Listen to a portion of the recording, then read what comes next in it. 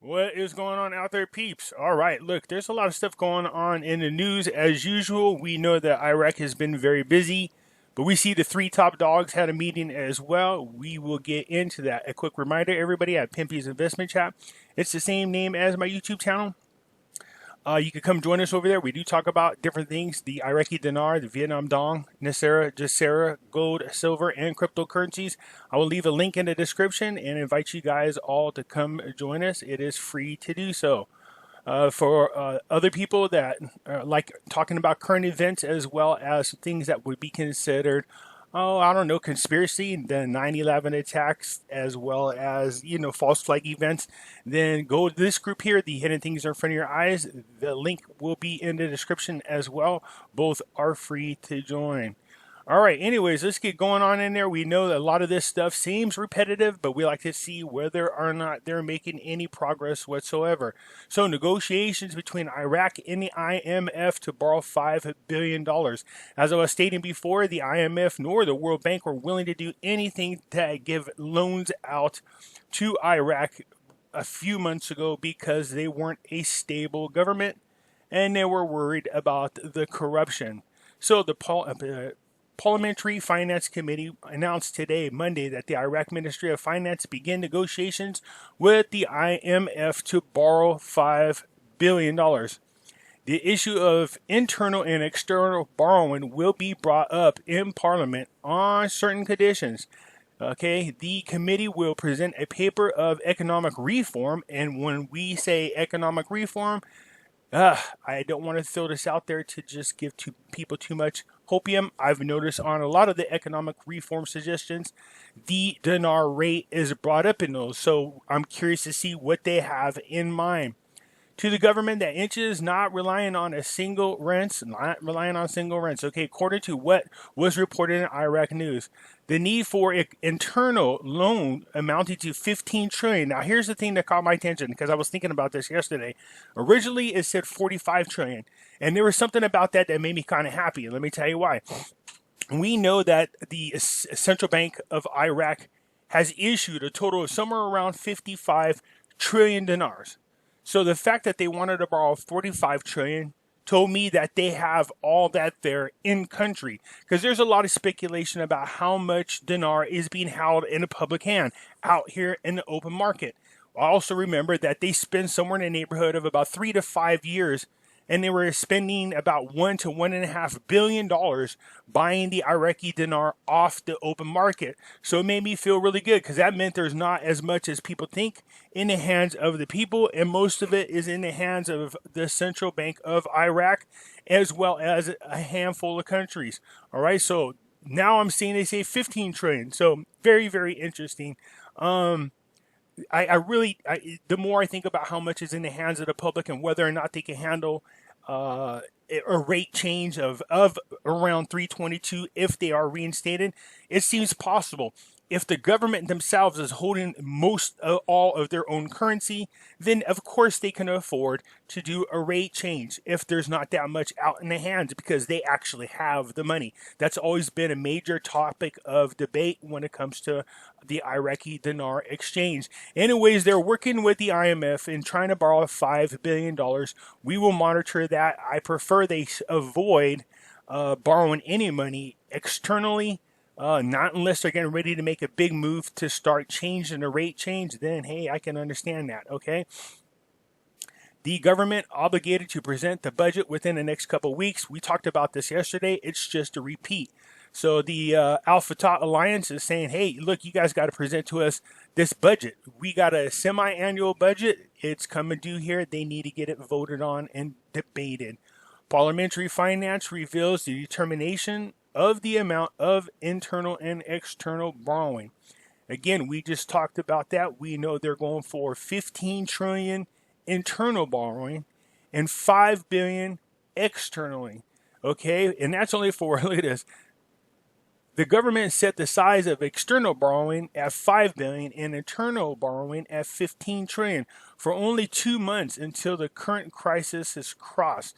So that's 2 months worth. So they did want to borrow 45 trillion dinars originally to keep them going for the rest of the year.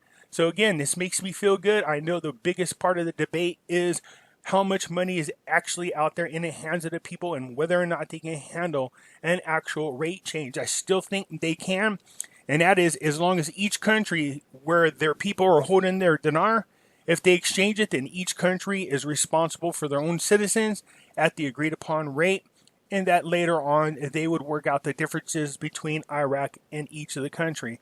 So let's see here. Alawi, we will implement a package of reform in the finance and banking sectors. You know what we're thinking. We hope the rate change is a part of it. And we'll restructure state-owned banks. Good. Well, let's see that happen.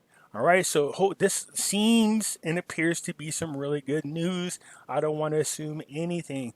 A source reveals the Radu, is that right? Rudwall? I don't know how you pronounce that. Results of the meeting of the three presidents and leaders of the political parties. So, okay, what we got here, Saleh. We got our boy here, Al-Kadhimi. And this here is from Kurdistan. Can't think of his name off the top of my head, but I'll see his name. Halabasi, I'll get it. A well-informed source revealed Sunday the results of the meetings of the three presidents and leaders of political blocs in the capital of Baghdad. Okay, so what you have here is the president of Iraq. You have the prime minister of Iraq. And this guy here is the leader of the House of Representatives, is what it is. So it looks like all three leaders of the different branches of government. Okay, so the source told Rudal Media Network that a meeting of the three presidencies, who are President Saleh, Parliamentary Speaker Halabasi, and Prime Minister Al-Kadhimi, was held with the leaders of the blocs to discuss the strategic dialogue with the United States and the economical solutions or situations in Iraq. It was stressed the need to unify positions to cross from the current financial crisis, as well as support medical personnel in their responses to the Rona, and to continue lost my place here. Security operations to eliminate terrorist cells. Okay, we'll get it together here. Don't blink when you're reading. Barzani discusses with the British ambassador Al-Kadhimi's government and the solution of the problems between Erbil and Baghdad. So this is good. Again, they have been meeting well before even Al-Kadhimi got into office. It seems like religiously now. So they seem very determined to get these issues ironed out and agreements settled. So this is a long, well, not that long of an article, but a pretty long article that talks about the same thing. They always want to talk about how to deal with ISIS, how to settle their economical differences, how to make sure that the commitments they have with one another are met and kept. That's what this here is about. So there's not a whole lot to talk about. I could tell you that the Kurdistan people definitely want to make sure that the United States stays somewhere in Iraq to see through to it that Al-Kadhimi's government is takes a good foothold and is supported. So we agree with that. Let's see if that happens. The head of Turkmen Front, Saleh, revealed on Sunday that the political meeting was held between the leaders of the political blocs. It's the same thing I just talked about up there. They just do different versions of it in the articles. So the three big dogs met with the rest of the people to discuss what the meeting was about between the United States and Iraq. Expectations to conclude a comprehensive and final agreement between Baghdad and Erbil this week. So this article is a lot more different than the ones above. Well, not a whole lot. The difference is they are now in the final stages. So the final papers are being submitted for this agreement. So again, all of their meetings have bore some fruit. Let's hope this happens, because the UN with our girl Blashart, this is one of the biggies for her as far as what they want accomplished. So let's hope they get this ironed out. Again, I think the Kurdistan people could be a big help to the Iraqi people in the area of seeing to it that they have their sovereignty. Okay, so look, that's the big goal. That's the real goal, is to see Iraq become a sovereign nation all over again with an identifiable and internationally identifiable currency. Al-Kadhimi forms a 4-party committee to uncover the Qaisha cells. So for those you don't know, there was an attack on an Iraqi base. 2 missiles were launched. They hit. Nobody was killed. But now they need to find out where it's coming from. That the general I can't remember his name. I think it's Saudi. I think is his name. The general that they took from behind a desk and put him back out there. The war hero against ISIS. He said he knew who they were. I believe in another article. So we'll see. The missiles were launched at the Taji camp. So again, nobody was killed, but they need, again, if they can't prove to the world that they can't stand on their own feet, this is bad news. All right. So we know they'll get in there and they'll find them. Let's get them out in front of cameras to show the world that indeed you're capable of standing on your own 2 feet. Okay, the closed meeting between the federal government and the Kurdistan regional government regarding the unifications of border ports. Okay, so border ports, if we're going to be making Iraq, if that's supposed to be the center point, the go-between, I remember talking about this a while ago, well, not that long ago, Saudi Arabia as well as Iraq have this port that is being rebuilt. That is the largest port into the Middle East, and they want it rebuilt.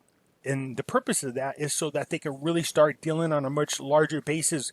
That is the international community with the Middle East. And Iraq is the go-between. They are the center point for everything. So if the Middle East is going to open up for big business internationally with other countries, they need that port put together, but they also need Iraq to be a sovereign nation. This is why I have a lot of confidence that this stuff will get done very quickly, as well as confidence in the direction that Iraq is going to be going in regarding our dinar, as well as long-term investing for those of you who are interested. Okay, so it looks like they're wrapping things up. You can go on down here and basically it's going to talk about a lot of the same things, which is the discussions between making sure the final agreements are signed, making sure that they're on track to try to get their sovereignty back. We know the Kurdistan and Baghdad are trying to finalize their agreement. I have a feeling this is going to be done here within the next week, maybe 2 at the latest, but I have a feeling by next week. We know they're going to be asking the IMF for money, so let's hope that that money that they want to borrow helps with the rate change. I don't want to assume anything. And I'm happy to see that the vast majority of the Iraqi dinar that has been issued or made is sitting in the Iraq bank and not in the hands of the public. This gives me more confidence that a rate change is possible. All right, you guys, so that's where we are so far. Everything is looking good. I tell you what, I haven't seen any negative news in quite a long time with Iraq, which is unusual, where before we were seeing it over and over. Al-Kadhimi is in there. They have their prime minister. He has his cabinets. The agreements between Kurdistan and Iraq are being completed. They're about to be completed. And then the budget needs to be put out there, which is good. The meetings with the United States and what they want have been discussed. The second meeting is coming up. Everything is looking good. And they're getting ready now to meet to talk about the reforming of the banking sector.